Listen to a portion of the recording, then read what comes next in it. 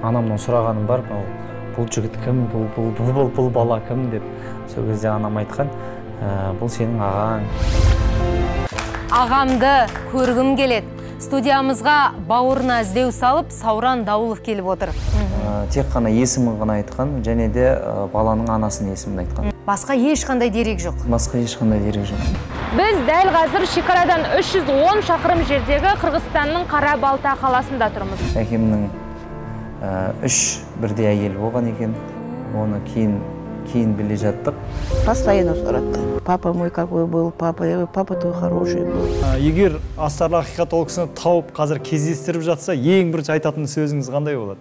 Ассалаумағалейкум, Еркін аға. Это что, мой родной это? Да, родной. Да, ваш родной братишка. Осы шапанды кигізуге міндетті түрде барамыз енді Америкаға. Жаңа маусым сәрсенбі күні КТК-да.